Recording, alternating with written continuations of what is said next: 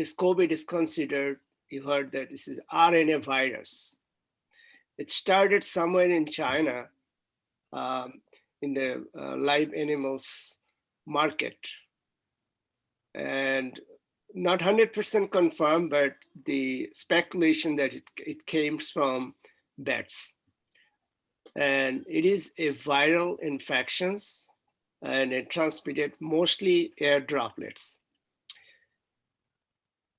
The good thing is that most of the people recover from it, but the small percentage of the population ended up in the hospitals and having the worst outcome. The most worrying symptoms of the COVID is the breathing problem, because the lung is considered the most fertile field to reproduce and produce different harmful proteins, would ultimately destroy the body with a cascade of reactions. So in medical science, we use it as like a cytokine storm. So the medical challenges we physicians face in the hospitals are get those patients out of the symptoms of low oxygenation. Even though the US is considered the most advanced country, but unfortunately, all the hospitals do not have the latest treatment of the lung damage. Everybody who reach the stage is treated with artificial lung support, it's called with the ventilators. Very few have the opportunity to get another very advanced treatment, is called the ECMO. But in Los Angeles, probably we have 4 or 5 hospitals where we have almost 100 hospitals around this area. So it is not available for everybody. So that's my first slide. Okay, wonderful. You got a good picture. Now let's go to the next slide. We are going to be, Dr. Pramanik is going to be talking about the homeopathic view of COVID-19 and infection in general. Dr. Pramanik.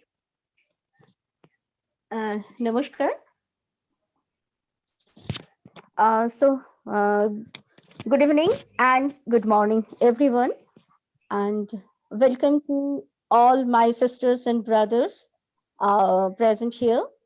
And before delivering my session, I pay my respect to Swamiji, and it's my immense pleasure that I present myself from the homeopathic side.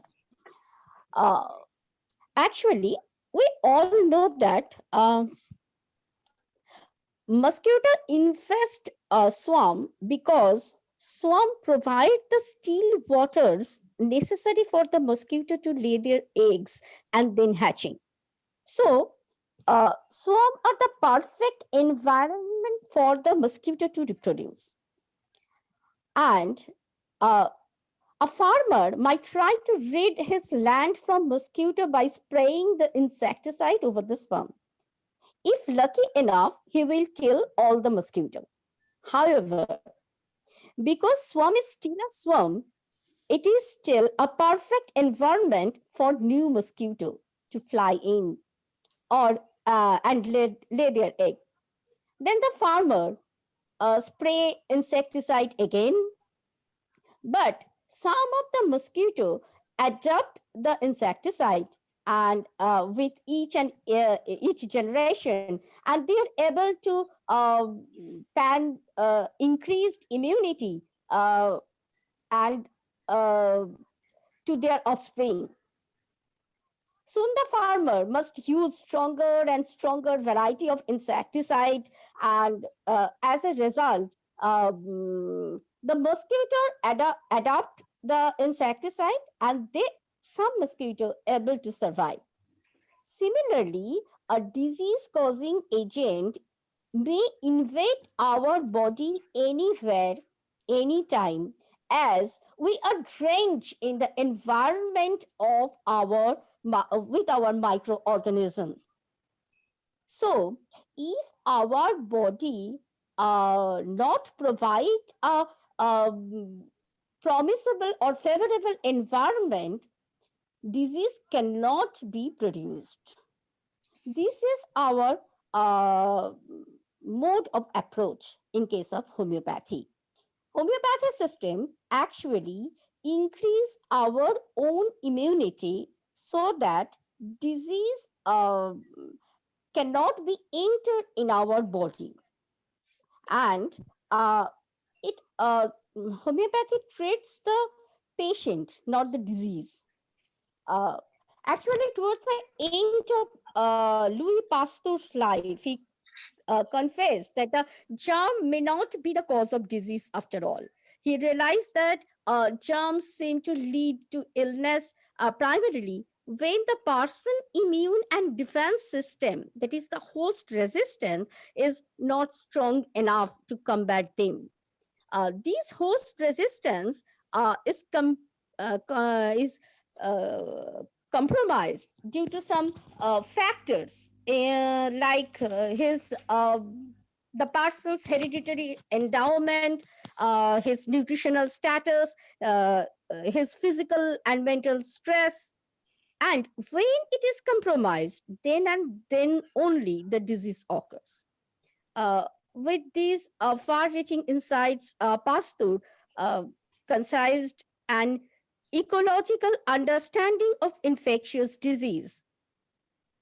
Infectious disease does not simply have a single cause, rather, it is the result of a complete web of interaction within and outside of the individual. This is the main approach of homeopathy towards any infectious disease like COVID-19. Thank you. Okay. Ayurveda, Dr. Mukherjee. Could I have the slide? Okay, thank you. So hello, everybody. I will be a little detailed in my slides to explain the idea of Ayurveda. It has a similar basis with that of what Dr. Indira Pramanik said about homeopathy. So basically, jwara or fever has always found predominance in Ayurveda therapy protocol, and also for understanding how our human body works. Now, fevers are tricky to treat completely since they reoccur as long as the infection inside persists. In Ayurveda, understanding of Agni or the digestive fire is very important to understand fevers or jwara. So Manda Agni, as you can see in the slide, it means diminished or compromised digestive fire. Balanced Agni or fire divides the nutritious and the waste part from the food that we intake, and which in its balanced state, the Agni in its balanced state brings health, vitality, immunity, and longevity. Ama is the undigested matter or unexcreted and undigested, unassimilated wastes that are left due to the Manda Agni, and they keep circulating in the body, becoming a potent seed for infections. Then comes Jwara or fever, which is the body's reaction to fight against these blockages or the accumulated wastes in the body. It is through raising its fire element through producing fever. Now, there are certain prodromal symptoms that I've mentioned which are warning signs that the Agni has begun to become imbalanced before the full-blown infection sets in. The second slide, please. Yeah, thanks. So the balanced, healthy body is like a molecule. So it's very much found on the gross and the cellular gross levels and also on the cellular level. Now, Agni, as you can see, is in the topmost part of the molecule. It holds the supreme in the entire balanced molecule. To assess your Agni, maybe you can start asking questions as if, are you eating because you're hungry or are you eating for pleasure?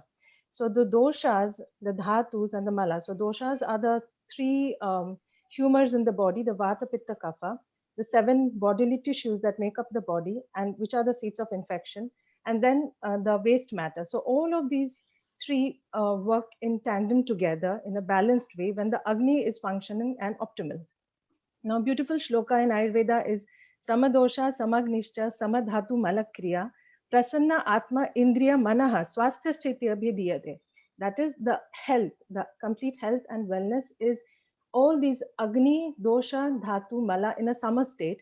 And along with that, pleasant soul, the pleasant working of and proper working of all the sense organs, and along with that, a pleasant state of mind. So the mind holds, or the mana holds a very important place in overall complete health. Now, in the doshas, you can see, or most of you who know something about Ayurveda, is that vata, or the wind, is mostly important for movement all over the body, also for respiration, and kapha for smoothness and strength, while pitta is the part of the fire element assisting in digestion. Now, in COVID-19 or in pneumonia or respiratory ailments, it is mostly the vata and the kapha doshas, which you can see in the further slides that I will be emphasizing on. They are the major factors causing these problems. Slide 3, thank you. So in the balanced, healthy body, it is like our body is our home. So it is also the seat for infections. There's an internal imbalance due to mandagni, the doshas, the weakened dhatus, and also the external factors. So Ayurveda puts into consideration two factors. One is the internal and one is the external factor. Now, in certain cases, both of them work together. In some cases, it's only just the internal factors. So it's person to person and disease to disease, the difference. So internal environment is our home, and when the health molecule is imbalanced, the base is ready for infections. And these are the reasons for imbalance. External factors, like you can see poison or microorganisms or demons, these have also been mentioned. As have been mentioned, physical contact with the affected person, eating in the same plate with others, expired air or inhalation of droplets from an infected person for people who are living in very close proximity and not having a good air ventilation or circulation, sharing bed and seats, using clothes, garlands, and sexual contact, yes. So all of these are extremely important to avoid getting infected. And isolation, quarantine, hygiene has a very important place in understanding the spread of infections and their control. All of it mentioned very detailed in Ayurveda. The slide 4, please. Yes, thank you. So Ayurveda also mentions Janapada Dhvamsa, or epidemics, to explain why large number of deaths due to certain diseases occur. This is as a result of sustained pollution of the vayu, which is the vitiated or polluted air, the water pollution, the land pollution, and untimely or unseasonal climatic changes, sudden bursts of rain, cyclones, heat waves, cold waves that we are seeing all around the world. Now, overlapping all of this is adharma, which is the main causative factor encompassing all of these, and which means the sinful acts that man commits. And we are all very much knowingly or unknowingly a part of this cycle. The idea of selling and buying hygiene, luxury delicacies has cost maybe a level of safety and cost us our sanity too. Along with the population boom, this is a very, this is a worst case scenario when combination with already present internal vitiated doshas and these external agents and the adharma, all of it together maybe manifests in this sort of an epidemic. Next slide. Okay, it looks like it's my turn now.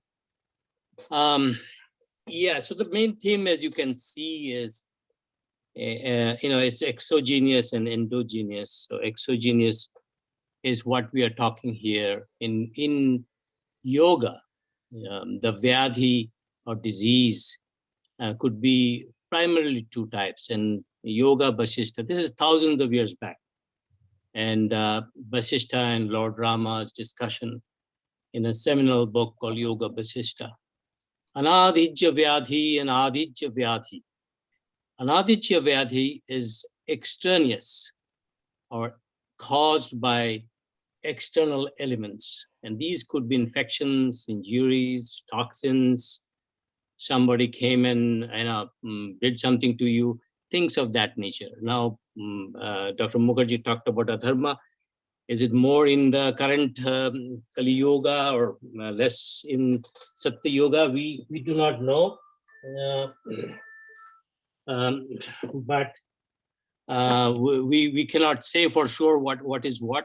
But definitely the extraneous diseases are caused because of so many different factors in the current world. And if you can see there were epidemics in the past. Almost every century sees one large epidemic. And people have dealt with it in different ways.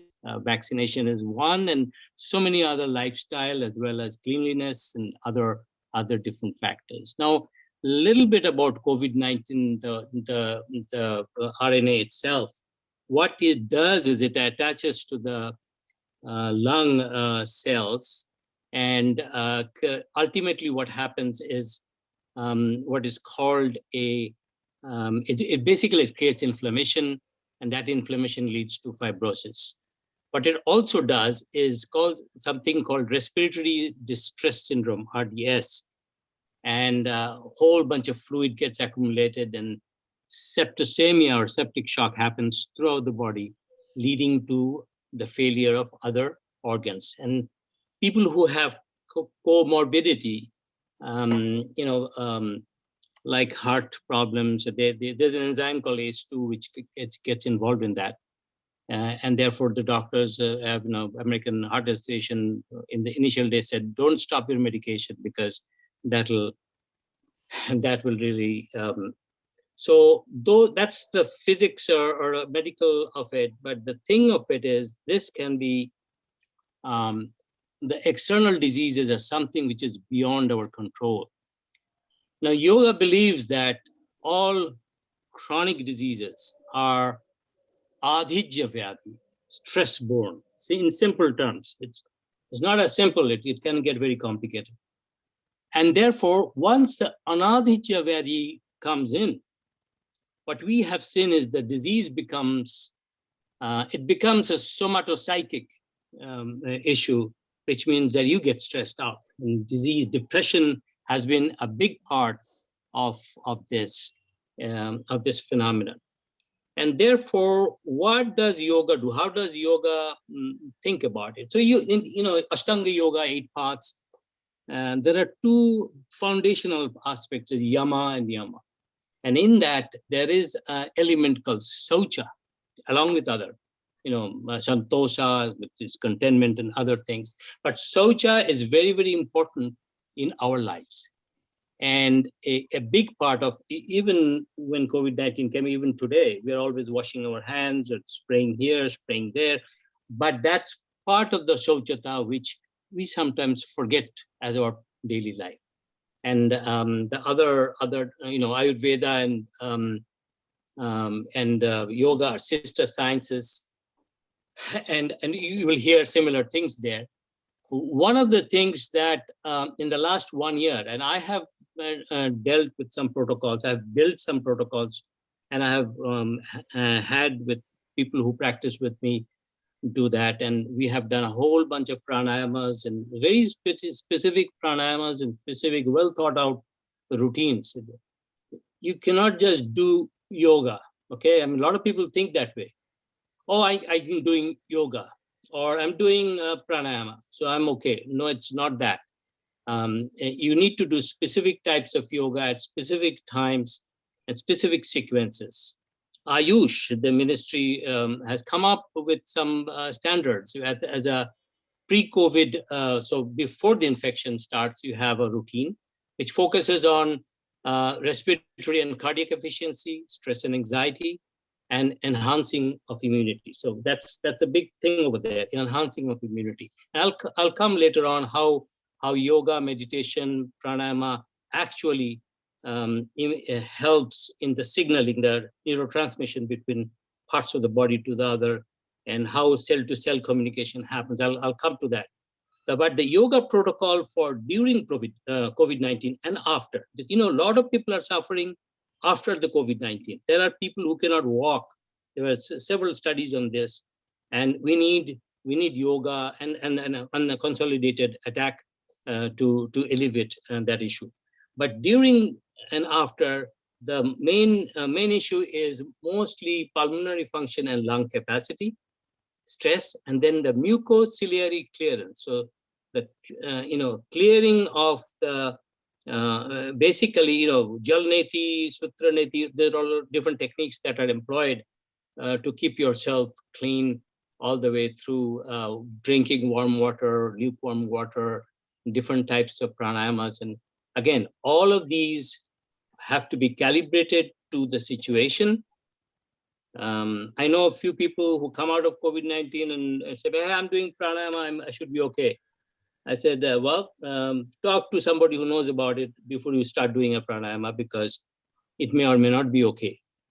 People people have this idea that yoga is, oh, yoga, and then looks at a beautiful man or woman with leg up and then think that, hey, that's it. I'm cool. Doesn't work that way. Yoga is like your medicine. So if you are careful about when and what dosage and how and under what condition to have your dosages, and if a doctor is prescribing it, if you are using yoga for medical purposes, talk to a specialist who knows that, can guide you through, and then change it depending on your situation. It's highly customizable. So keep that in mind. But like all other sciences, yoga thinks, again, the view of infection is an external agent, the anadhij Vyadhi, which is not stress-borne, but will cause stress down the pipe.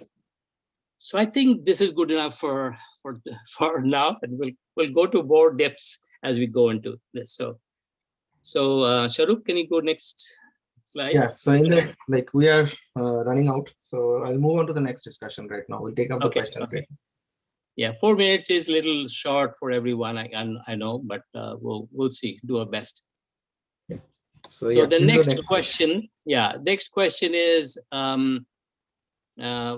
what are the different techniques? And we want a broad brush of that, and then both preventative and curative. So how to prevent and how to cure. So Dr. Chaudhary. So we, in the modern medicine, believe in that the prevention is the best option to get rid of the disease. So how we can do the prevention, all this prevention. So very simple. Mask, using the mask, social distancing, isolating someone who was diagnosed with any kind of flu type of symptoms or COVID. Also ventilate the room with fresh air. Always remember the general population can play the much stronger role than the medical personnel, because the general population is the one who will follow through it and prevent this. If you remember in Los Angeles, after the Thanksgiving and then Christmas, the number of COVID patients was really high. It started in New York, but we already have more than New York now, because of the people are not following through the general rule, because they're socializing, they're going their houses. So there is a huge spike, even we don't have the hospital beds available for the patients. And the second aspect of the treatment is the treating the disease. The viral disease is a challenge. We don't have much of the options to treat that viral disease, especially the COVID-19. Only one medication that is FDA approved, that's called the remdesivir, but that's not 100% even effective. And also it has some contraindications to use it. If you have the liver, the kidney problem, if your kidney function is 30% or below, you cannot use the remdesivir. Other options are, we use it COVID plasma treatment. We use the steroids. Steroid is usually used the patients who are already hypoxic and intensive care unit patients. And also use of the monoclonal antibody. All other treatments are all symptomatic, because still now we are learning about the COVID. Every day we are getting like tons of articles.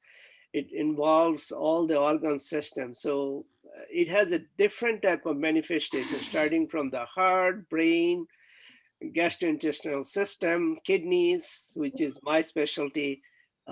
Even they are ending up in dialysis. So this is all considered as a secondary symptoms. And COVID acts like a sepsis or generalized inflammations, and then start the cascade of the reactions and the failure of the system, liver, kidneys, uh, blood pressures, and so forth. So we have to treat it with symptomatic treatment, whichever organ is involved. The unfortunate part is that when the patients are critically ill in intensive care unit, their outcome is really poor. When they have a multi-organ system failure, they're on ventilator, their outcomes is really what I say it is that because we have to inform the family how they're doing. If the patient has a multi-organ system failure, they're on dialysis, they're on ventilator. I said, if something happened, that will be a miracle. And so the treatment wise is all like very limited. All right, that's all about this discussions. If you have any other questions at the end, I may answer those questions. Okay. Next is Dr. Pramanik.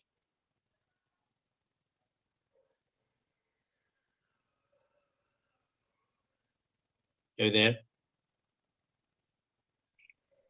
Yes. Yeah. Slide. The slide is there, ready. Yeah. Actually, before discussion regarding the COVID-19,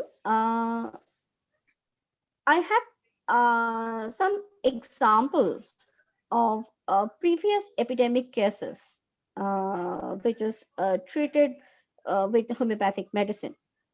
In case of the typhus fever in 1813, when the epidemic came through Leipzig, Samuel Hahnemann, the founder of homeopathy, was able to treat 180 cases of typhus and losing only 2.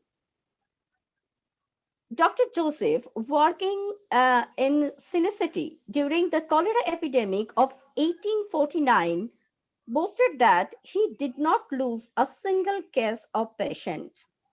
Samuel Hahnemann was able to identify the stages of the illness of cholera and predict what homeopathic remedy would be needed for which stages. Dr. Quinn of London reported the mortality rate in case of cholera in the 10 homeopathic hospital in 1831 to 32 as 9% only. Dr. Roth, homeopathic physician to the king of Bavaria, reported that the mortality rate was 7%. In 1854, during the London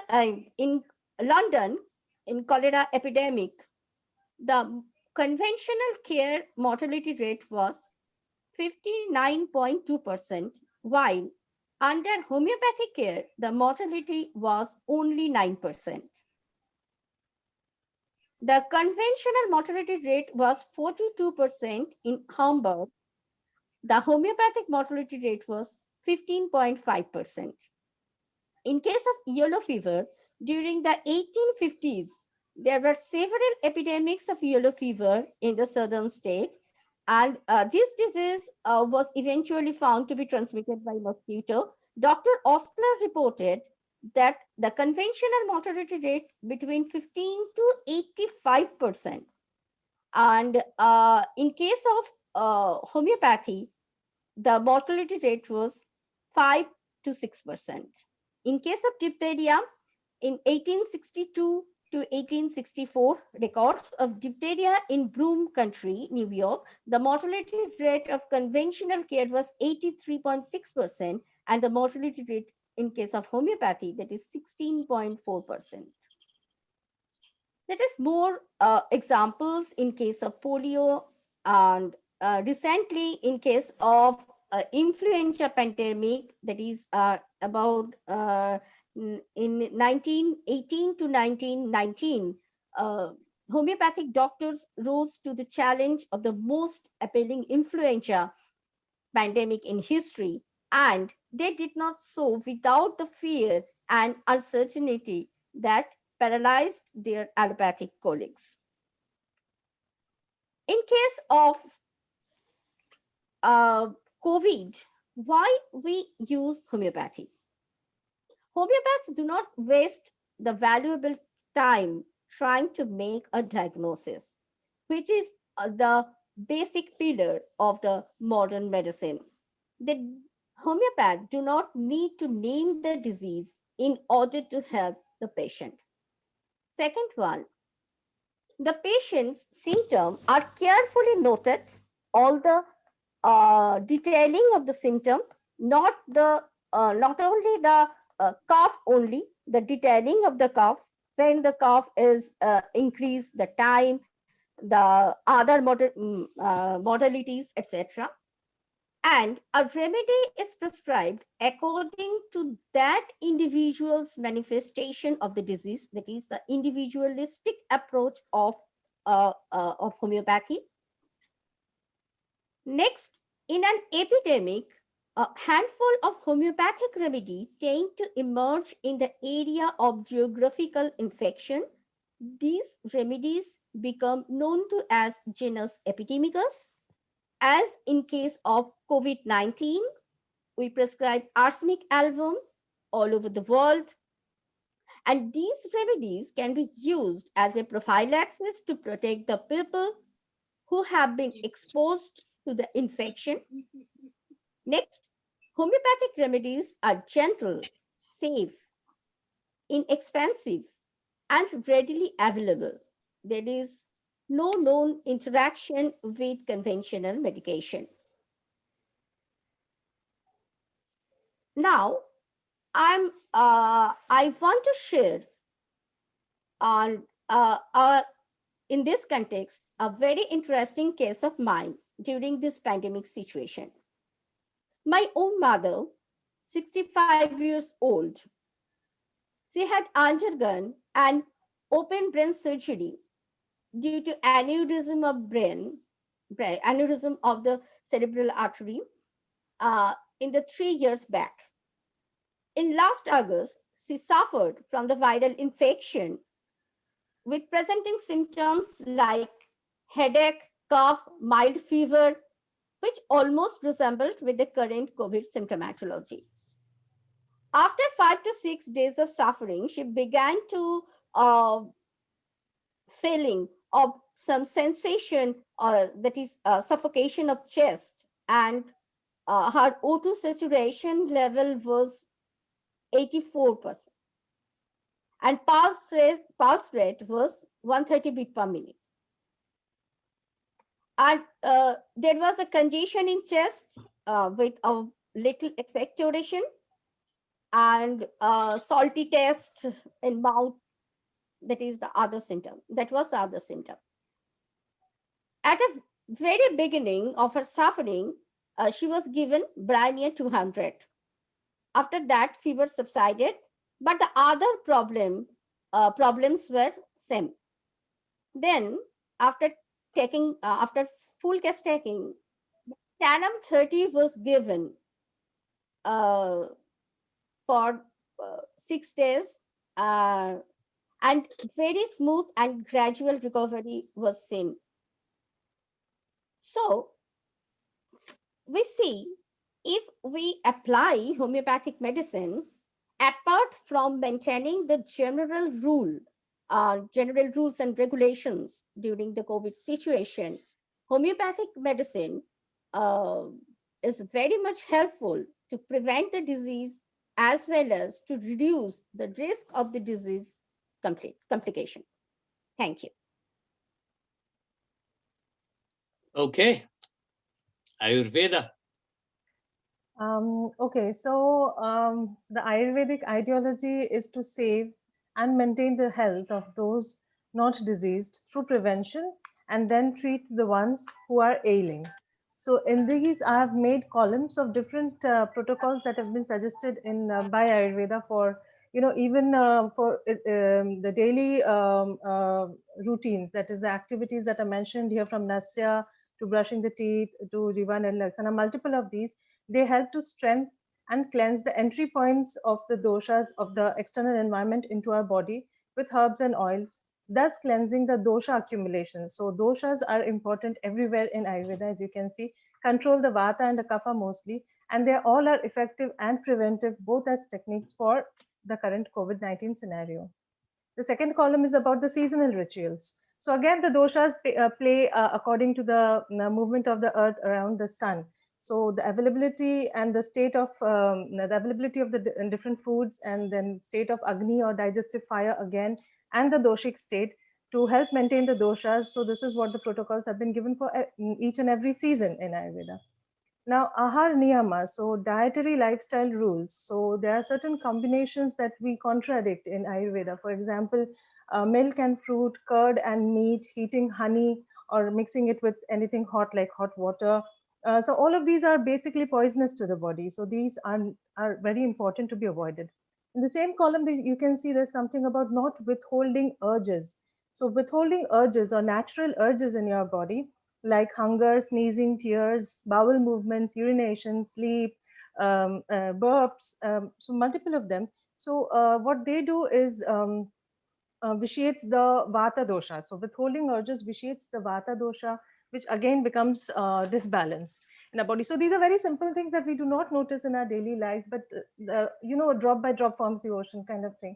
So the vata dosha's major action is to expel and movement of matter. So whenever we are doing or withholding any natural urges, we are blocking the movement of the vata and thus making it deviate from its natural course, which causes imbalance.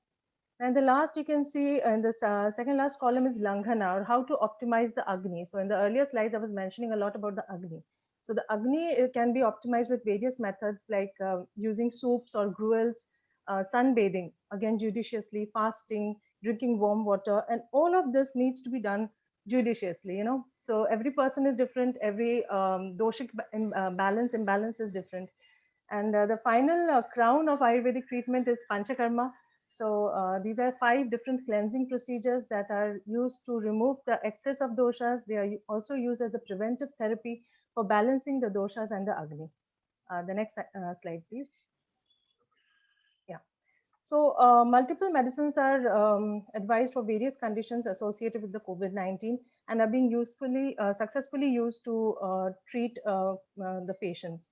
So the primary interventions for fever or basic first line management from Ayurveda is getting cautious about your food.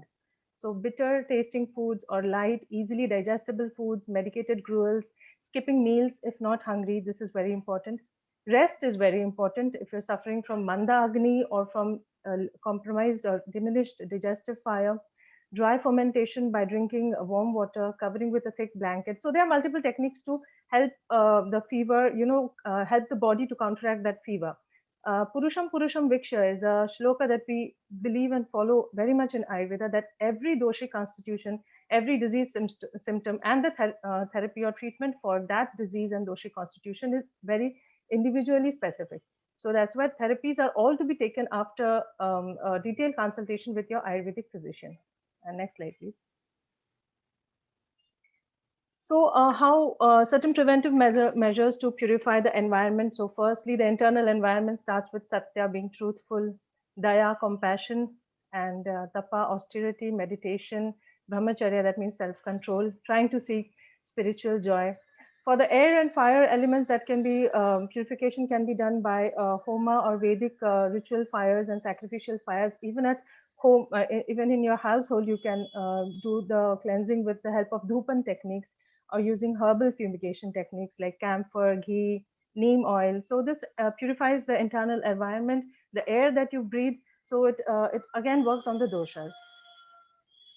That's for this question, I think. These are my slides. Yeah. Okay. Okay, Akhil, somebody asked what was the question, probably joined late. Basically, we are talking about the intervention techniques to treat infectious diseases, both preventative and curative. You heard from all the 3 modalities. Now, yoga is as a medical, yoga can be used for disease management. It can be used for preventative health and wellness. And but it's not a medical system. It's a larger system. I believe that yoga is a glue that can where you can plug in the medical systems within that framework. And you have heard a whole bunch of intervention techniques. So I'm not going to go too much on that. I'm going to talk a few principles that can stick to your mind. So Manaha Prasamana Upaya Yoga Vasista. Samattam Yoga Uchyate. Bhagavad Gita. Yoga brings equanimity to one's views of the world. And Yogaha Chitta Vritti Nirodha. Patanjali Yoga Sutra. Yoga modifies or calms down or have a mastery of all the mental modifications. Here, mind, chitta, all are very loosely used. I don't want to go into the debate over there. There can be year-long debate on what is mind and what is chitta. But basically, this internal mind stuff, as Swami Vivekananda talks about, is where everything starts and almost everything ends. So if we can keep that mental calmness, which will introduce parasympathetic tone, which will improve your vagal tone, which will secrete the good hormones, the serotonin and the dopamines, you are in a good place. So keeping the mind calm through all the yoga techniques that we talked about before is one of the key preventative modes of yoga. The other thing you have to understand that there is a play of body and mind and consciousness happening at a cellular level. I'm not a yoga, I'm not an Ayurvedic doctor, but a little bit that I have studied. There's an Agni called Pithara Agni, which works at a cellular level and transforms the cytoplasmic content of food into consciousness. In my mind, and it may be a little not a very deep thought, but probably a good thought, is that's where we have Feynman and Patanjali talking to each other using Bhagavata. Bhagavata is a famous Ayurvedic. I don't know how to call him. He's a chikitsak or whatever. He's a pioneer in Ayurveda. So, there is a transformation and interaction between energy and mass and matter and consciousness at a deeper level, in a cellular level, using some transformative forces like this Pithara Agni. And therefore, if we have control over the mind, if we can have control over, we can start having control over the cytokines. We can have control over the hormones we secrete. We can have control over how we breathe and all the ramifications of that. We will be in a highly elevated state of preventing all these diseases. Now, one of the things I need to just throw it at you is that just doing yoga doesn't really is not effective. You need to have some principles in mind. One of the principles, it comes from Dietary Upanishad, is you can go to the next slide. Yeah. So is called the principle of stimulation and relaxation. You have to stimulate your system and then relax. It's like churning the ocean. And you could churn the ocean, then only the glue, all the dirt stuff comes up, and then you get the clean water or the nectar or the amrita. You need to have a combination of stimulation and relaxation, sympathetic and parasympathetic, and that balances out, and you can go deeper and deeper into the mindset in your mind. The palimpsest of your sanskaras start getting churned out, and you are in a much better shape. This is all preventative. Now, in Panchakosha, this is a few thousand-year-old science here, Taitri Upanishad, and then all the way up to Tatbodha by Shankara. This 5 layers of existence, or physical existence, breathing or prana existence. Now, breath is not the right word. manas or mental existence, the vijnanamaya intellectual existence, and then the infinite bliss layer. So each of these layers, we all are this. We are not that internal, that annamaya kosha. We are all five. And the maya or illusion tells us, or we can only probably figure out annamaya kosha, pranamaya kosha, and manomaya kosha, and not beyond that. And therefore, what yoga does is comes holistically and treats every layer with proper diet, with proper exercise, through asanas, kriyas, pranayama, relaxation, meditation, counseling, which is the intellectual layer, and other stuff. Karma yoga is helped in the annamaya kosha. So so basically what it says, again, another interesting thing is in Dietary Upanishad, the koshas are not called koshas, they're called atmas. So what that means is, the Upanishadic idea is there is only one consciousness, and all these others are different manifestations.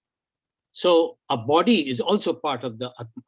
So all these other things are part of the atma. So they're not really koshas or shells. We call it that way to kind of jive with modern lingo and modern thought, but actually these all are blurred together. And therefore, it's important to understand that concept when we are treating each other. In yogic practices, in actual, when we do yoga, most of yoga places, you do some physical yoga, maybe some breathing. But as you hold a position, there are principles called, you have the Chirasthira Sukhasana, and then there are principles where you actually utilize your mind to get into the situation. It's a state called Prayatna Saitilla, and then you expand yourself into the infinity. And that does a multiplier effect on your diseases. There has been, again, as I told before, there has been several protocols which have been given by different yoga pratisthans or organizations. But one of the things, when you fight a disease, you need to fight the disease with your body, with your prana, and also with your mind. If you are controlling that disease, if you are looking at the disease, and if you are fighting the disease with mental imagery. In fact, one of the discussion I was having with Ayush was to use a lot of mental imagery to fight the diseases as they are in the body. And that helps tremendously. And there are some case studies on that. So all of these I'm talking about, there are different case studies.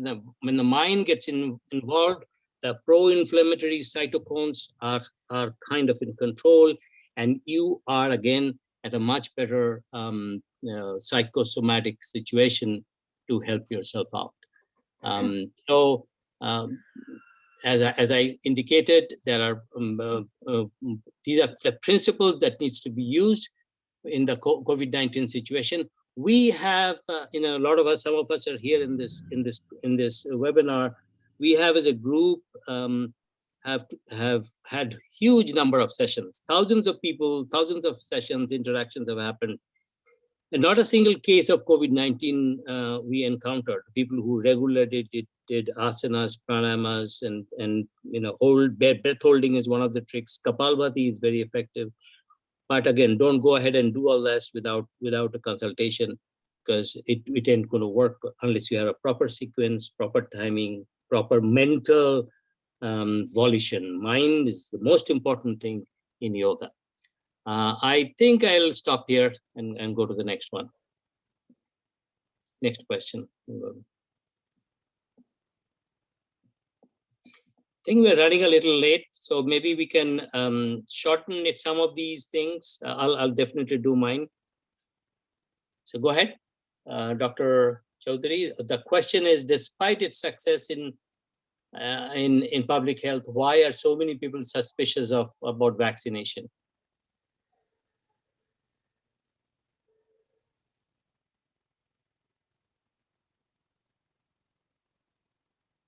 Dr. Chaudhary? I think he cannot. Can you unmute him? Yeah. Can you hear me okay? Yeah, yes. Yes, we can hear you. Yeah, again, I have the problem with this. The pictures is covering the slide. So I'm trying to minimize it. So you can pull those people's picture on the top of your screen. Oh, okay. All right. Just drag it on the top. Thanks. All right. The 21st century, one of the biggest achievement of the treatment against the infectious disease is the vaccination. The main mechanism of the vaccination is to form antibody against the infectious disease. So how it works, whenever the body gets an infection, the body recognizes the infection and produce special protein which destroy the infectious agents. But in acute condition, the body cannot produce antibody quickly to fight against it.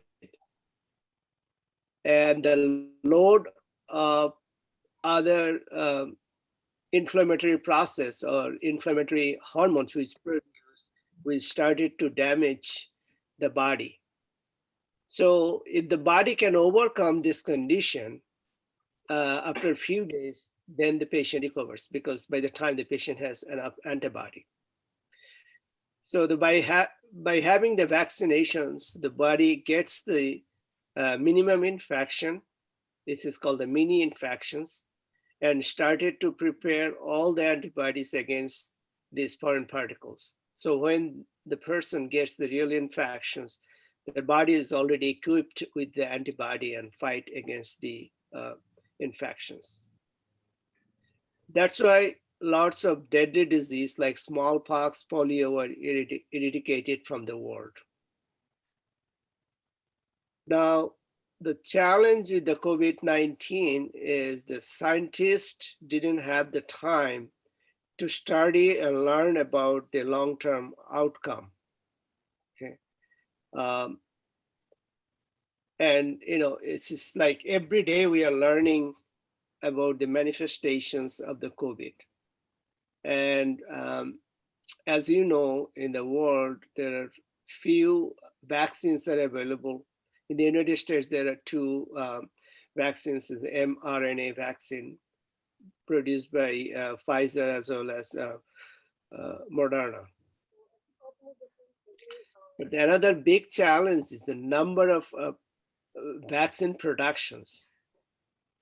We cannot even vaccinate enough people because we don't have enough productions.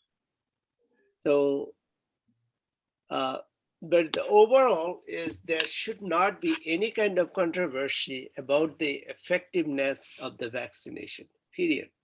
There should not be any kind of questions. Is it effective? Yes, it is. It is. And some of the vaccines like Pfizer and Moderna, they're 94% effective. It is proven. Okay. So my advice to everybody who have the options, who can take it, please don't miss that opportunity. It is proven, and you can really prevent this deadly disease. Wonderful. I'm 67% there. I got my first shot, so I'll wait for the next one. It's next week. I hear that has much more impact than the first one. So I had the Moderna shot. Which one you got? You got the Moderna. Moderna, right? Yeah. It's interesting. It is the efficacy rates of COVID-19 vaccines are pretty high, despite all the talk about the variants. In fact, the flu shots have much lesser. People probably don't know this. A lot of the flu shots have much lesser efficacy than the COVID-19. Yeah, and this vaccine is the mRNA vaccine. This is a new techniques which they use it. So this is very effective, and people have all kind of speculations that there is a microchips in it. But the thing is, when this mRNA goes to the cell, it goes to the ribosomes, and that mRNA is destroyed. So there is nothing left. Only Mhm. ribosome has the all this informations about the protein, which is actually saving the persons. Yeah, definitely. That's wonderful to know. Yeah, one of the things I think people have to realize that the newer vaccines are employing newer biotechnologies. I know there are some gene cutting and all the other things that they're working on than the older vaccines, probably. I'm sure it is. And therefore, the 95% efficacy is a pretty high number. And so thanks to science for that. But of course, there is, as you know, there is a lot of problems with education and people having some kind of a stand on this, some inbuilt walls that they think vaccination is not good for whatever reason. So we have to fight that war. I mean, one thing I can tell you, if somebody wants to take something from this one, there should not be any kind of controversy about the vaccine. You have the opportunity, take it. Yep. Okay, homeopathy. Hello, am I audible? Yes, you are. Thank you, Dr. Chaudhary. You nicely explained. So one question I have before you start is this. Okay. Yeah, before you start, this is Mukhopadhyay. This is we are taking once a month Arsenicum album 30C. Is that a preventative homeopathy pill for infection or? Actually, I have told earlier that is there are two type of homeopathic treatment. One is individualistic approach, which is the uniqueness of homeopathy, and in case of any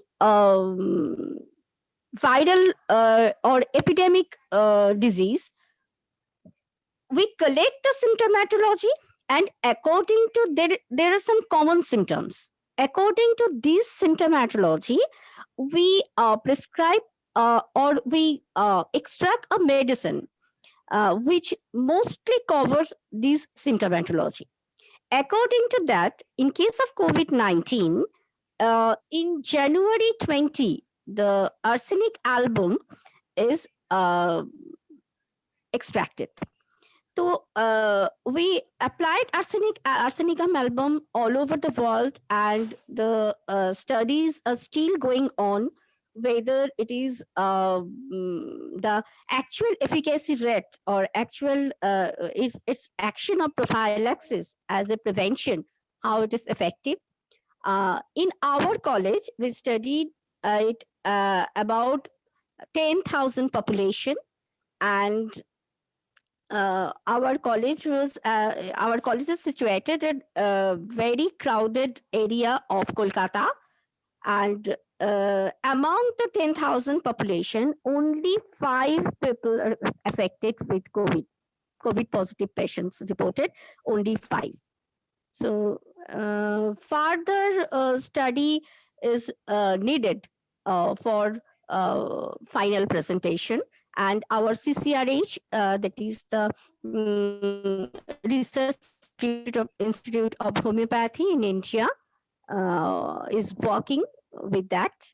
And after the completion of the study, we can say about the final result also.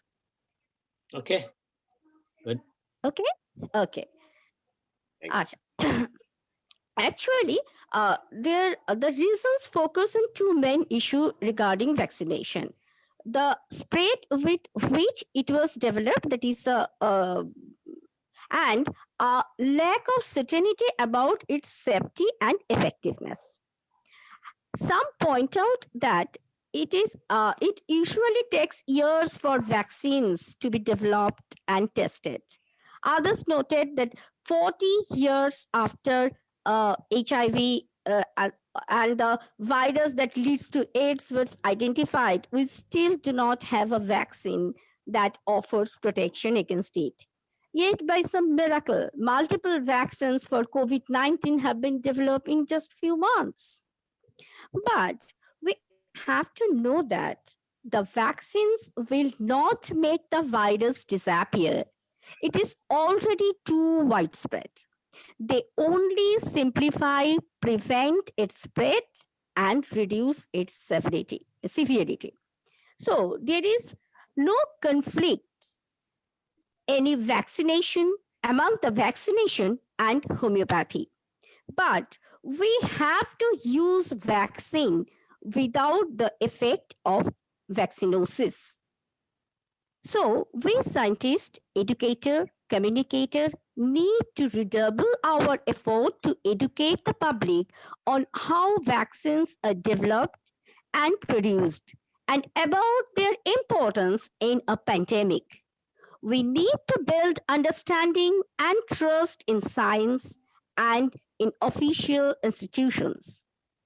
Thus, only we can see the future, thus, we can overcome the future challenge. Okay, thank you. Okay, that's good. One comment there, I'm trying to enliven this discussion a little bit because it's a dead silence over there. I know a lot of people are joined the Facebook Live because we were expecting a lot more people here. I think they have joined Facebook Live. One of the things I think that needs to be understood is that the biotechnology, and especially the gene technology, and Dr. Chaudhary can vouch for it, like technology, I'm a technologist, an ex-technologist, like technology, the cycle time of innovation has become shorter and shorter. And therefore, the vaccines, which may have taken years in the earlier phases or earlier years, that may take much less. There are a lot of newer gene technologies like CRISPR technologies, which cuts the genes into the chromosomes into two, and all kinds of, I don't want to get into that. But I think that's one thing that, the modern medicine is bringing to the table, that we need to take care of that. And of course, efficacies have to be there. We need to go on doing it. But this was also a very challenging situation this time. If we did not do it at the speed which we did, I don't know. I know in India people are doing very well. That's what I'm hearing. But in the United States, we are not doing that well. Our inbuilt immunity is probably much lower. And then in India, you have a lot of these other tools and techniques with homeopathy and Ayurveda and other, local Unani and other stuff that probably helps the immunity. I'm sure it does. And that's probably helping the crowd, but that's not the case over here, because these other medical systems are not really recognized in the United States. So, so we have to balance the two, the East and West over here, to make sense out of this whole drama that's going on throughout the world. Okay, let's give it to Ayurveda, Dr. Mukherjee. Yes, the first thing is about vaccinations. There have been contradictory opinions on both sides, but one thing that we cannot deny is the enormous benefit that the human race has received from vaccines. But the idea of making vaccines or injecting a vaccine for every infection or fever isn't the right approach. So vaccines do not guarantee complete immunity against the specific disease that it was made against for.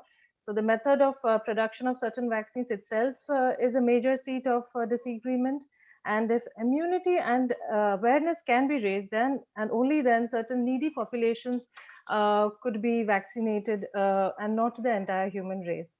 So Ayurveda provides immunity enhancement as the answer to avoid reoccurrence of illnesses or disease, and also for optimizing the multiple body systems. So as you can see in the Rasayana is one of the foremost things that Ayurveda advises. These are herbs or herbo-mineral combinations to enhance, optimize our innate disease fighting, health sustaining immunity, and restore the ojas. Now the ojas is the main essence of all the healthy 7 bodily tissues. and it is an important part which plays for maintaining disease fighting and immunity and building up your resistance. So it is a must after any episode of illness to avoid reoccurrences. Rasayana, and examples of Rasayana herbs are Amlaki, Guduchi, Ashwagandha, Brahmi, Yashti Madhu. Multiple of these are used in various sectors all around, I can see. And most of these can also be taken as daily immunity enhancers and also from a young age. Again, these are very individual specific. The famous Chavanprash Rasayana, so even Ayush recommends that, was made for the ancient Indian sage Chavana Rishi, and it restored his senile body to complete youth. The next slide, please. Next slide, Sharu.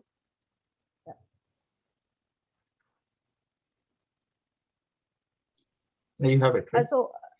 Yes, so the next slide is about the Swarna Prashana. Swarna is gold and Prashana is intake. So Swarna not in the raw form, but in highly purified form, in the form of a calyx or gold ash, that is nowadays called as, mixed with medicated ghee and honey, is administered to children from 1 to 2 years of age till around 16 years of age for optimum development of brain, body, and the immunity. So Swarna Prashana basically is something that is ultimate immunity booster, as you can see from the Ayurvedic perspective.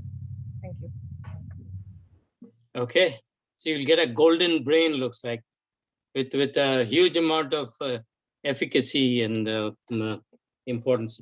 Yeah, one of the things, you talked about ghee and honey.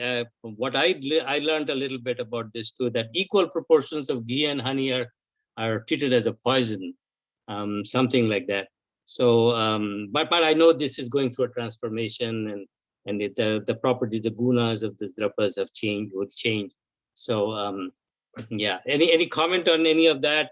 Any comment on using of metals this is a big thing in America, is usage of metals in fact, in FDA, all the Ayurvedic stuff that comes here do not have any metals. And so can you make a quick comment on that, just for the heck of all our audiences over here? I think you got frozen.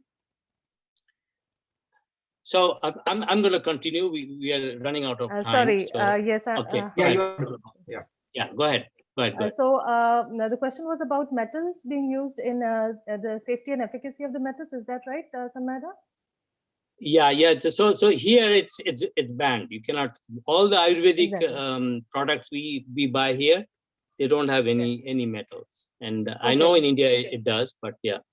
So exactly what is happening is there are multiple companies preparing a large number of Ayurvedic medicines and selling them with the name of, herbal and safe to use. And so there's very little government standardization of protocols, but reputed companies using metals that are purified with multiple steps with herbs, the fire, and it takes a real serious amount of effort and time and herbs to produce the bhasma. Now, when the bhasma gets into the body, the actual form of the molecule, the structure changes such that it is really not detrimental, but it is an enhancer. It is a catalyst that works in helping the other medications, get to further faster benefits. And there are a lot of contradictions, I understand, but it is always good to know if you are using reliable products and from reliable companies, for this. Yeah. Okay. So I come to yogic view about, about the question was vaccination, and so from a yogic perspective, we are, as I said, and proudly claim that we yogis are the most flexible and most open framework. It's in software, we have this open software framework. This is the open, humanity framework of the world. Whatever comes in the mode of science or philosophy, we incorporate into this large framework of yoga. So when it comes to vaccination, we would ask people to be knowledgeable about it. But at the same time, and I see this bias on both sides. I see a bias from non-vaccinators saying, no, vaccine is like a poison. And then I see from the side of vaccinators that all these other things are old traditional voodoos. So we need to combine the two. The East has to meet the West. That is the mantra that I'm following. We are following here, and a lot of institutes in India and over here are following that. In here too, there are a lot of integrative sciences coming in, and COVID apart, there are a lot of other diseases like cancer, and I'm going to talk about that because that's an important corollary to this. Religious and blind faith. So one of the things that I find important in this discussion, other than education. So what is education? Education can be biased too. So I know a lot of my friends in India specifically who are trained in Western literature and Western science. They think that Ayurveda and homeopathy is all bunch of hoax. There are people who comment like that. And I also talk to a lot of traditionalists who think that modern science is only 200 years old. It's like a child. What do they know? So there is truth and untruth to both of that. And that's where the yogic mentality, this called one thing called, distorted knowledge, or viparjaya, in Patanjali Yoga Sutra talks about it. Bhranta darshanam. You have to look into a science or a fact as it is, not what you think or the color of your mind or your glasses. That's number one. If we can, again, we're all talking about the same thing in the mind and consciousness sphere. If we can open that floor up, and yogis also have a lot of biases. A lot of yogis have a lot of biases. No, this doesn't work, that doesn't work. And my method of sequencing is good. So we need to get out of this bias business. We need to have our mind open. We need to see things as it is. The one big point I want to say, cohort studies are very, very important. And modern medicine, the doctors and the institutes have a huge amount of money but they're expensive.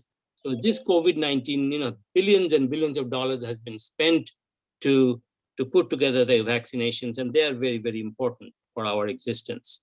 But at the same time, we have to respect the millions and millions of individual case studies that has been done for the last 7, 8, 10,000 years in those parts of different cultures had this done.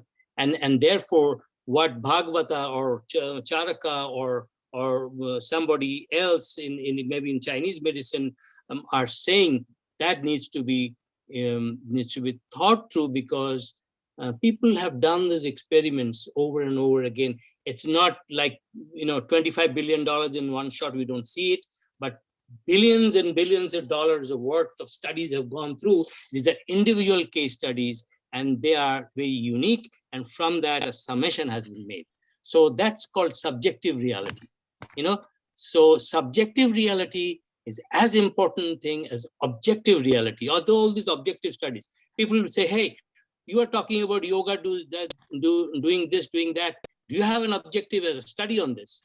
Well, there are a lot of studies, but not as much studies as modern science. Studies take time, studies take money, and we yogis don't have that. It's similar to with probably other medical systems.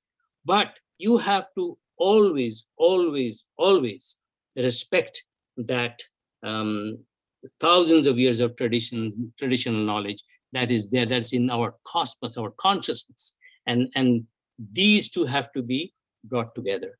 And the fear about vaccination has to go away, but the fear about using other things have to go away. In Ayurveda, I know they talk about transformation of dravyas. So on ice and a vapor and a water, they're three different things, and they have three different impacts on the body and the mind. So similarly, something which you think, there is a quote: a poison is a poison for poison. I don't know whether you know that. In Bengali, it's called Bishe Bishok Koi. So what it means is a small poison can be introduced to actually poison the poison. So that's what vaccination is. In yogic practices, in allergies and other things, we recommend to use the same thing. Like if you're allergic to, say, sugar or orange or something, or gluten, eat a little bit of that, and try to see how your body reacts. And slowly the body can get used to it. So it is also a vaccination technique. So that idea has already been there. Modern science is using it because it has its techniques and tools, and the older sciences also are using it in their way. That's how I look at it, and an integration is absolutely important thing. But again, look at the whole thing with the yogic mentality of absolute openness. You need to study Patanjali Yoga Sutra to understand this. Once you get at least 10% of it, the world will change. Next. Discussion 4. Okay, that comes to this integration. I already talked about some of that, but Dr. Chaudhary, your thoughts on an integrated holistic approach?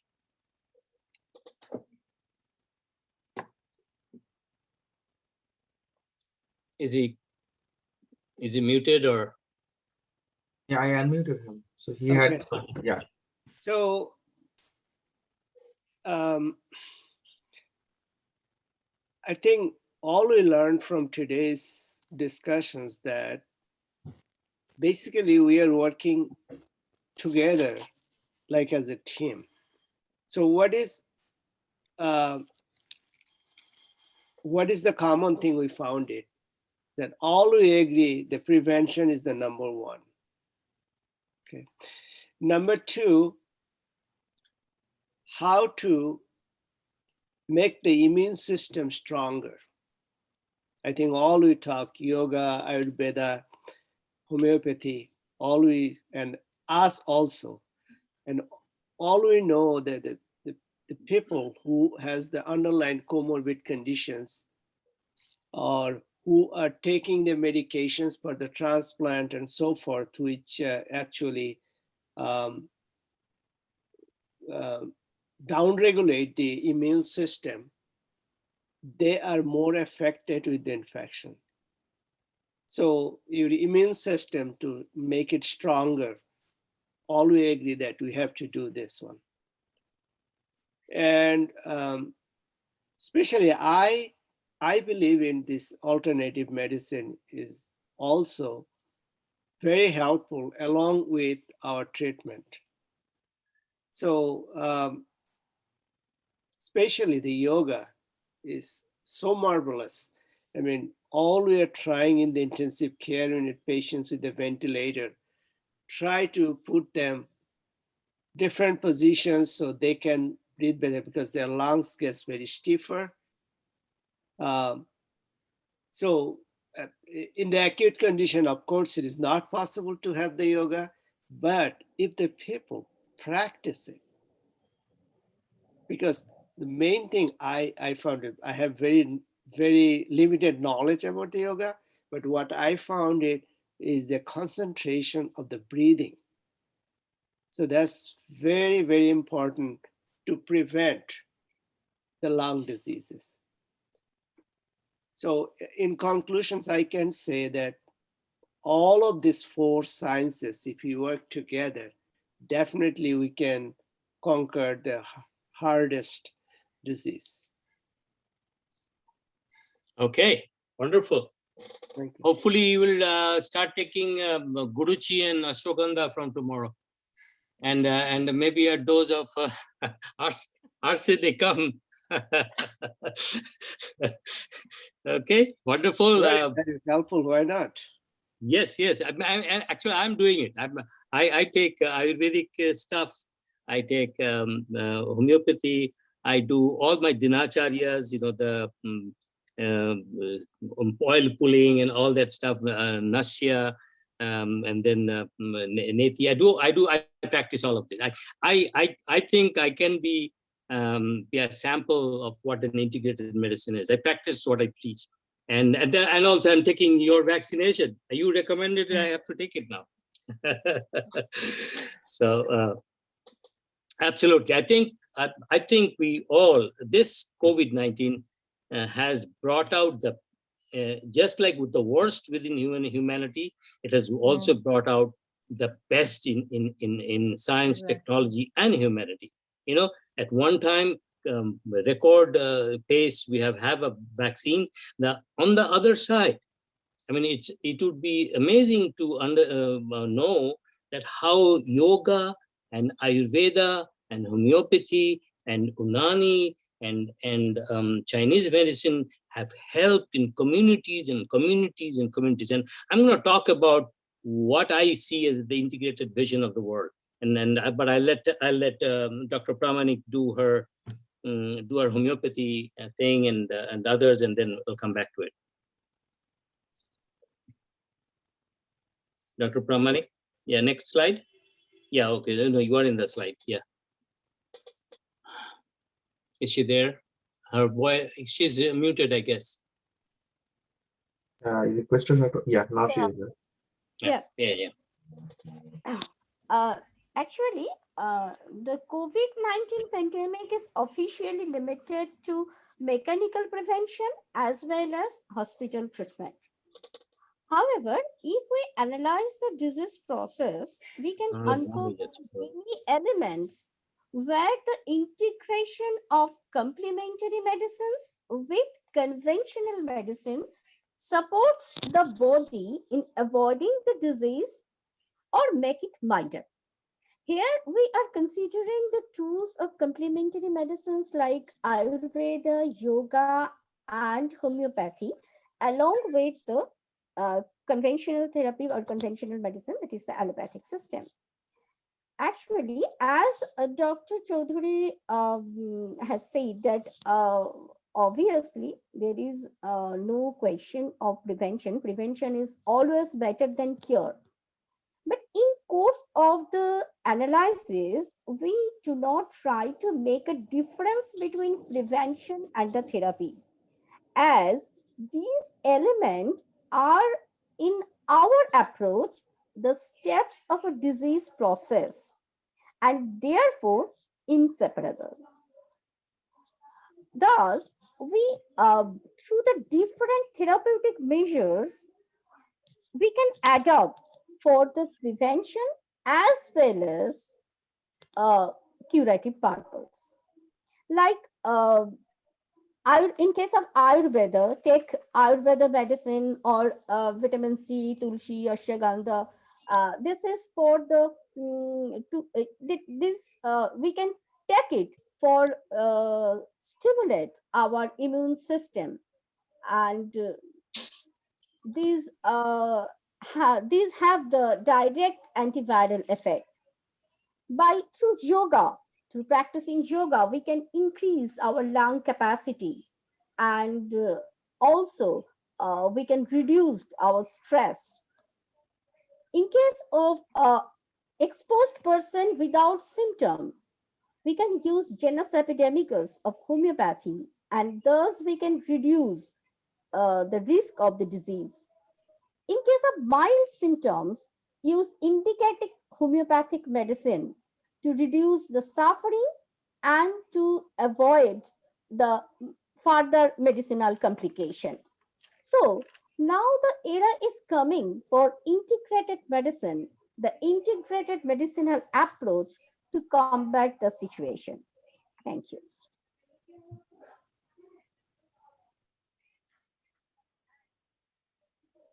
Okay. Ayurveda. Yeah. Trying to balance all for an ideal health institutional scenario. From the Ayurveda perspective, there is Panchakarma, of course, where it works even in critical care, and with basti, medicated enemas, or bloodletting or Vamana therapies, it really works in eliminating the doshas, not always in the acute stage, but always in the preventive or even mild stages of COVID-19 very much.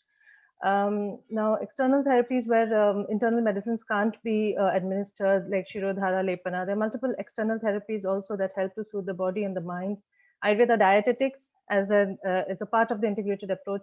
From allopathy, we can, of course, that is our support system for critical care, for surgeries, for emergencies. There's no doing without that. Homeopathy is easily or administrable to children. Also, palatability is an issue with Ayurvedic medicines, which is not so with homeopathic medicines. Carrying medications is no hurdle. Patients with highly sensitive constitutions, averse to smells and tastes of medicines, are more prone or more easily treatable with homeopathic medicines. And yoga is the adjuvant to all of these, because the Shuddhi Kriyas, like Sharmaida mentioned about the Neti, the Jaladhauti, the Dhavana. So all of these, again, work on the doshic level too, cleansing the doshas, removing the potent seat of infections, increasing the Agni. Shankha Prakshalana as an internal cleansing technology put forth by yoga. And of course, for mental well-being, the meditation and the types of meditation that are advised through yoga. So this would be the ideal health scenario. If you can go on to the next slide, which I think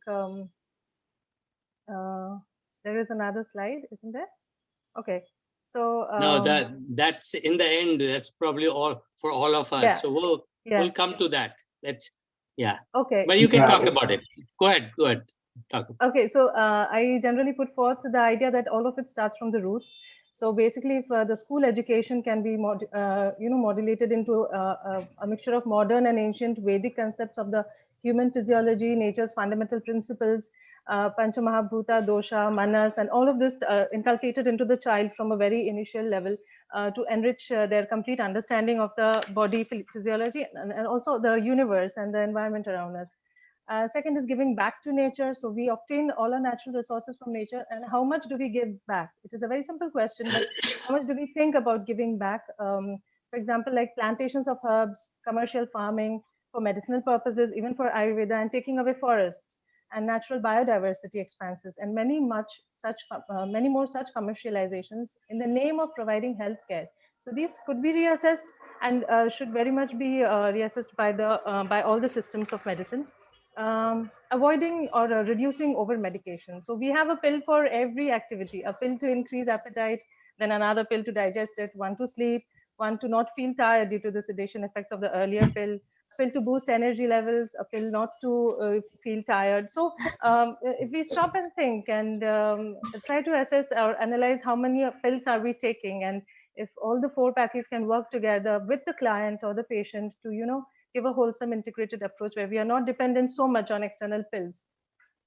And the final is to focus on a healthy progeny. I think that part is missing. So in the past century, we have dissociated ourselves from nature and her natural processes. We are nature's children. And to ensure that a strong, healthy genetic base gets passed on to the next generation, starting from preconception planning and producing or helping both the biological parents having healthy reproductive cells and emphasizing more on natural methods by all the four treatment modalities is the need of the hour. So for all the sciences to work together with the idea of health as the ultimate goal, the above points can be considered. So this is what I have for this slide. And I thank everybody for listening to what I had to share. Okay, Sharup, can you go back? Yeah, so this is just a slide to trigger my thoughts. Again, I come back to the root thing is chitta, loosely called mind stuff, and an effective tool to calm down it is this whole, different toolkits of yoga.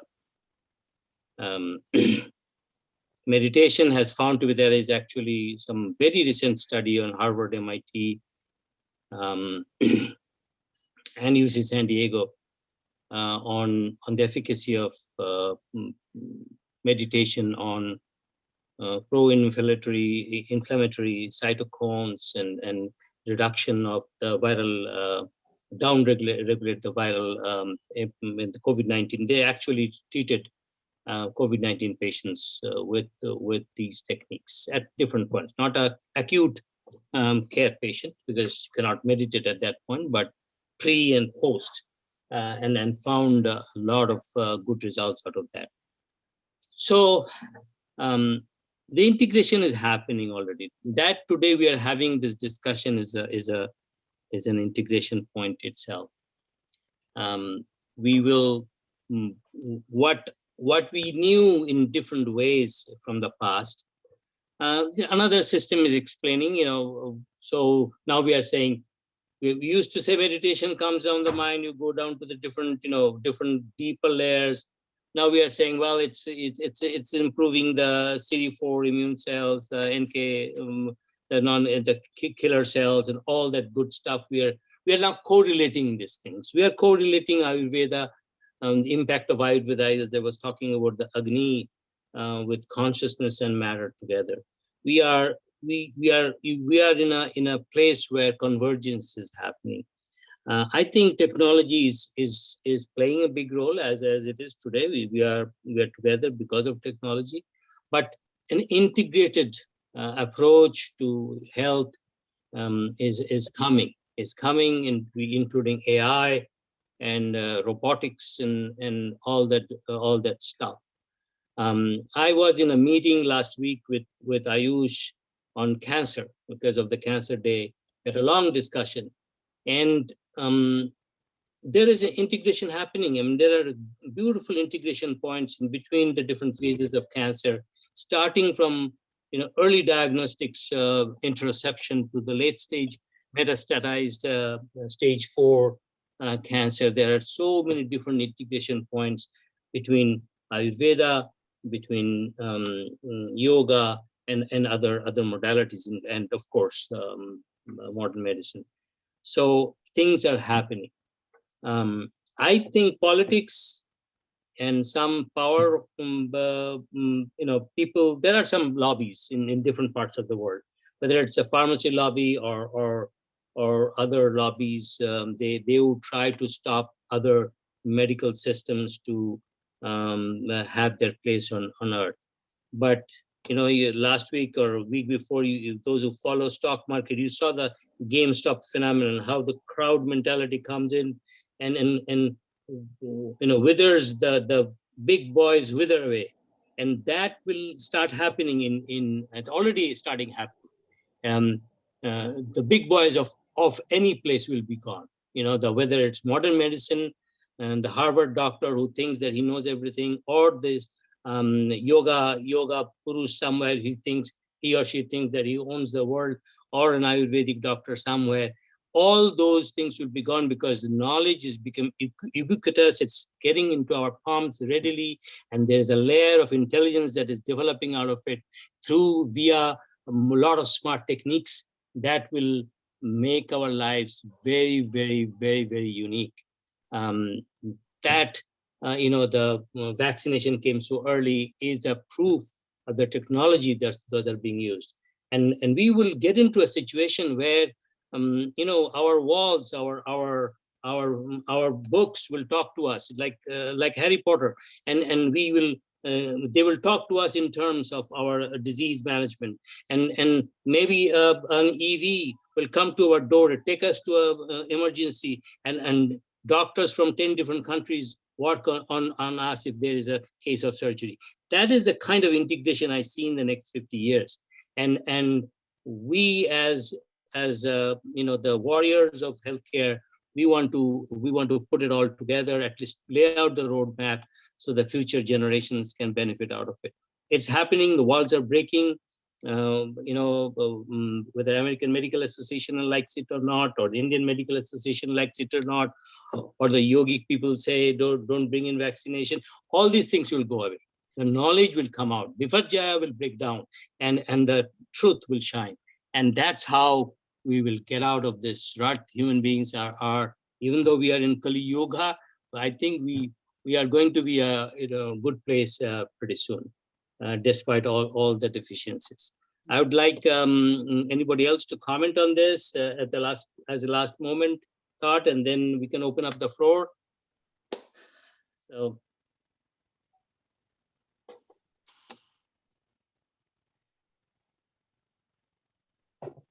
I think there are some questions there. Yeah. Shahrukh, Yes, again, first of all, thank you very much for this wonderful information.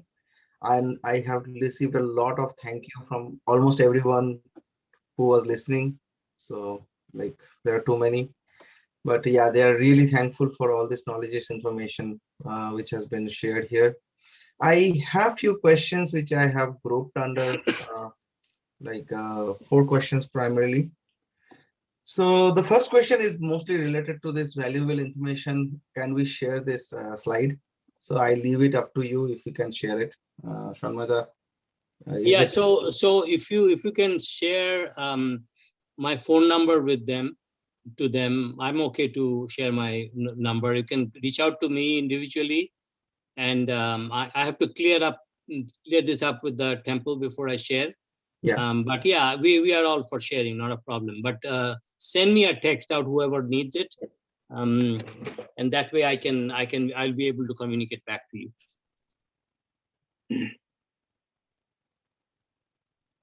It's Okay. going in Okay. So now I Facebook Live. have. Go ahead. No, go ahead. Yes. Okay. Let me unmute Dr. Pramanik. Okay. Yeah. So all of the speakers are unmuted. So next question is like I a couple of people saying this question, so I just generalized it. It says COVID-19 is a highly infectious disease, and we human beings are highly social and live in a community. As a result, people are scared to disclose if they have this infection and try to hide. What will be your recommendation for those kind of people? So, my answer will be, please don't hide. You are harming yourself and you are harming the society. Okay, be generous. If you have a symptoms, or if you have some kind of suspicions, please isolate yourself. Help yourself and help the society. okay. Wonderful. Yeah. I ditto that. Absolutely. Don't hide. It's again this educational thing. We need to tell people, and then fear is one of the tamasic gunas in yoga. So get out of fear. Fear is worse than anger, I tell you. So people should not be afraid of telling the truth. Well said. Thank you. Okay. There is a couple of questions asked on local contacts in US for Ayurveda and homeopathy, and a lot of people have said they live in this area.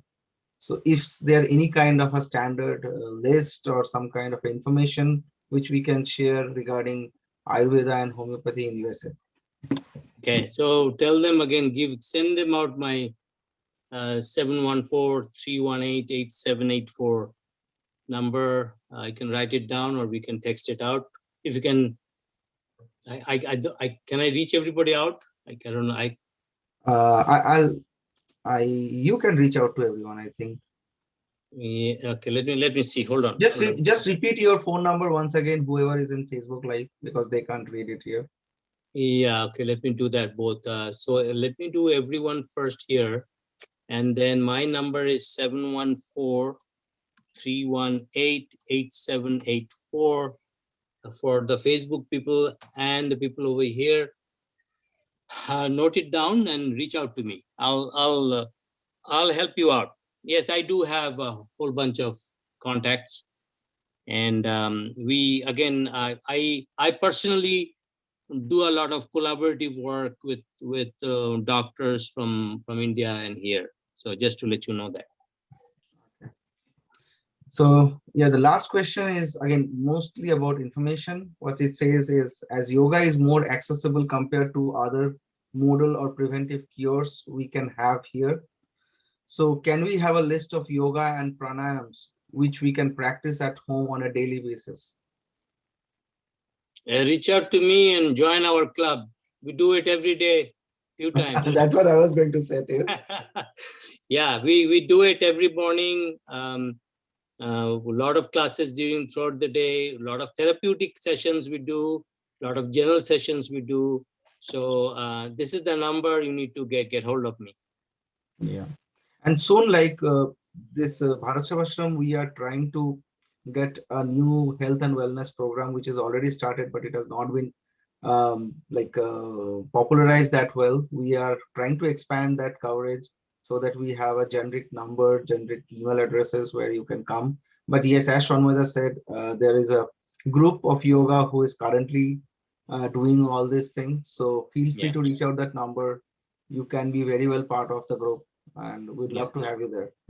Just to let you know quickly also, Bharat Sevashram has hundreds of hospitals throughout the world and hundreds of schools, and over there they implicitly they're practicing a lot of these integrative medicine. You know, a lot of these things have been done without much fanfare.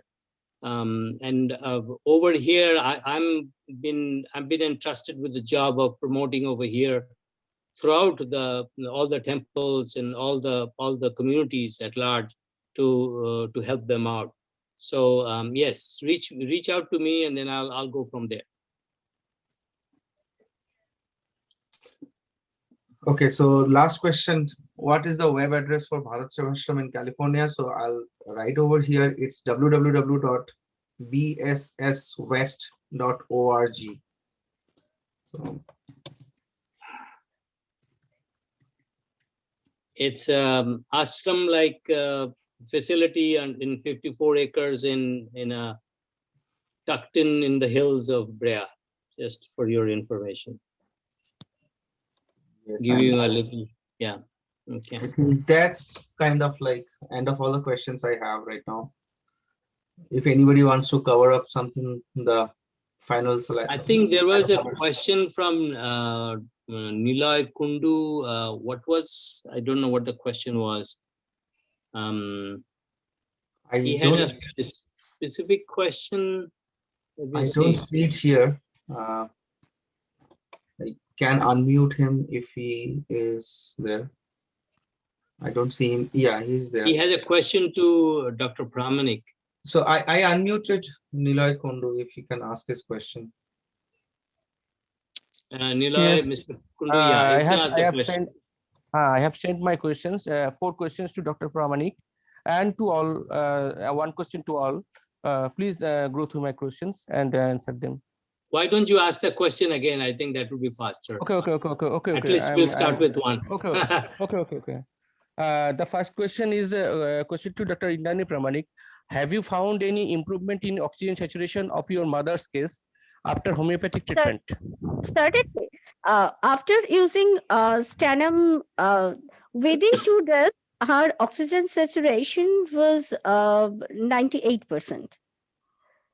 Is it from 84% to 98% after 2 days treatment? Yeah.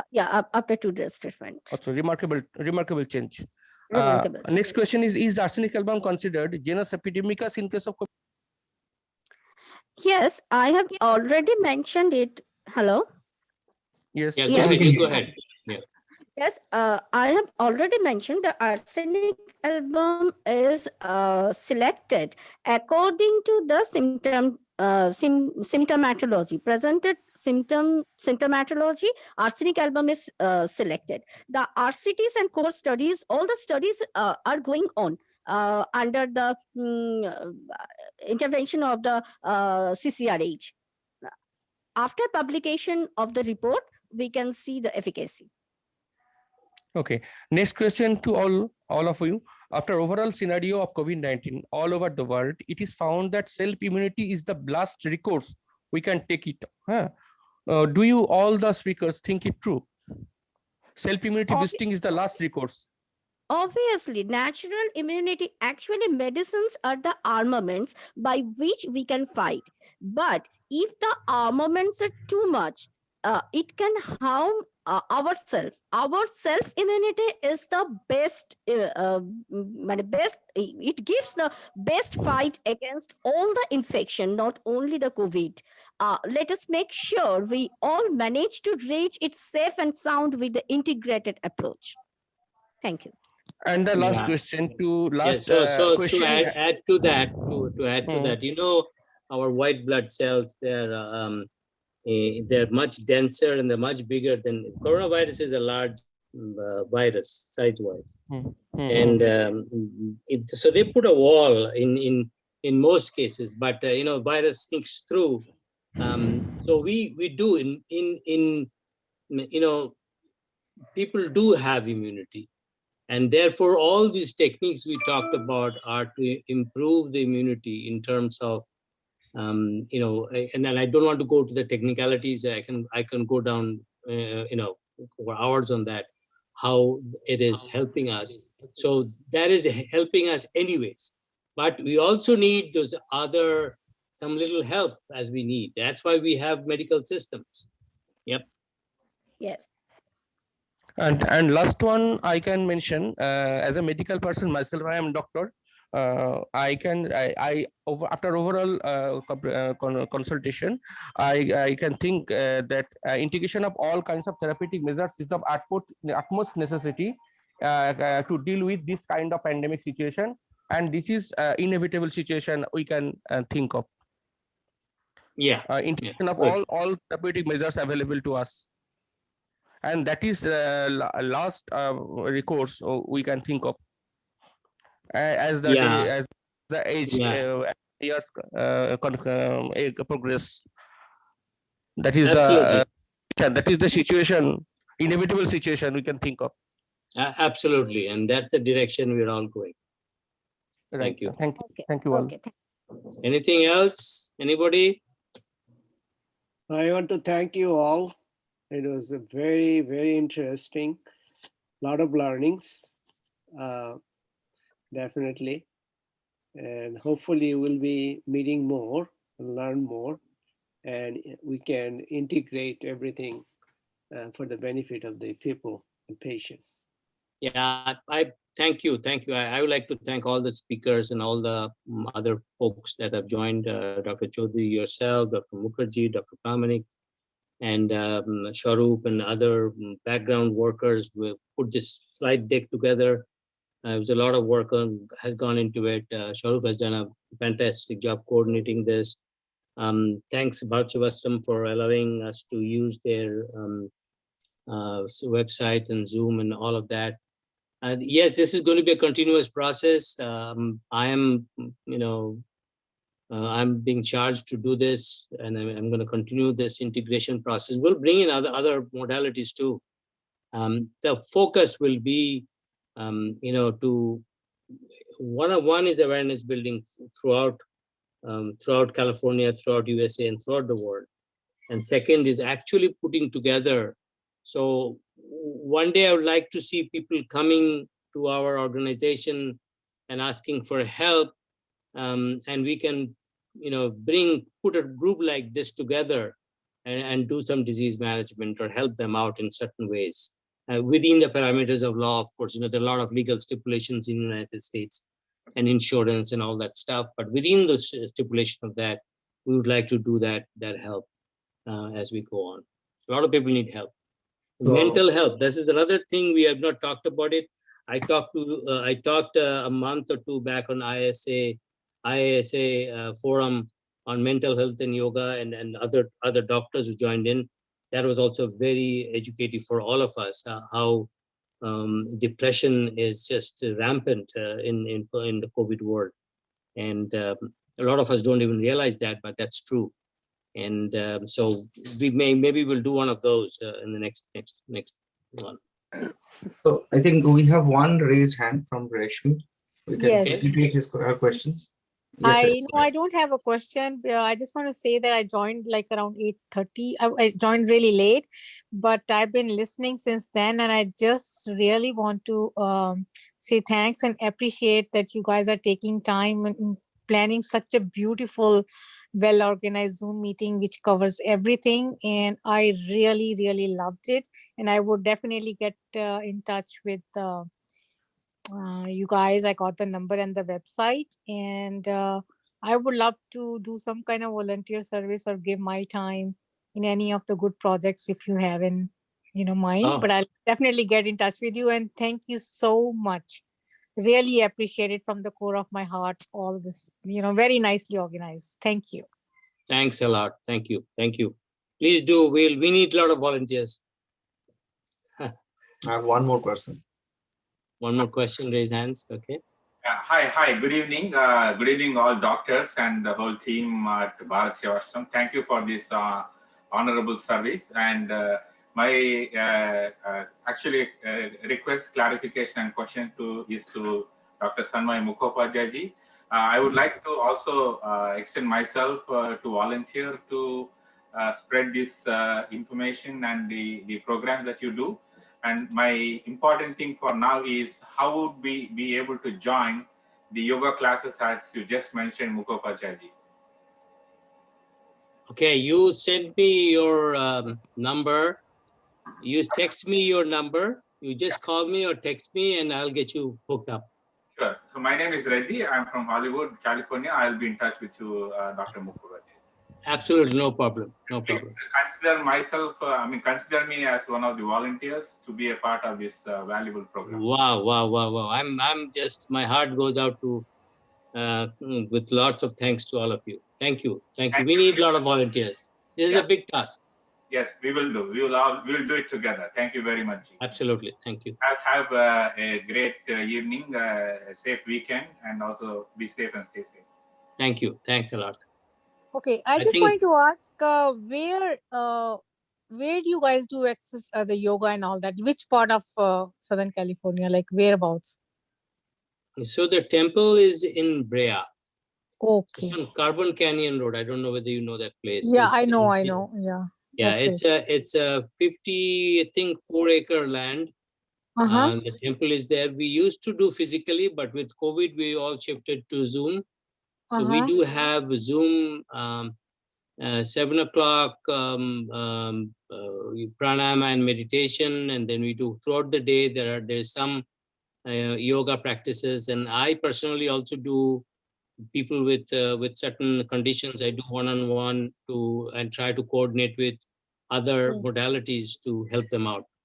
Okay, thank you. So my phone number would be your best to start the process. Okay, thank you so much. So I think, we can, I think we're done with everything. So thank you. Okay, and then again, everybody, thanks a lot. Thank you, everybody. Thank you so much. It was wonderful sharing this Thank you all the platform. speakers. Thank you. Good night, good morning. Namaskar. Good night and good day. Namaskar. Good day and good night. Okay. Very nice, everyone. All the speakers. Very nice. Very nice. Thank you. Thank you so much. Thank you.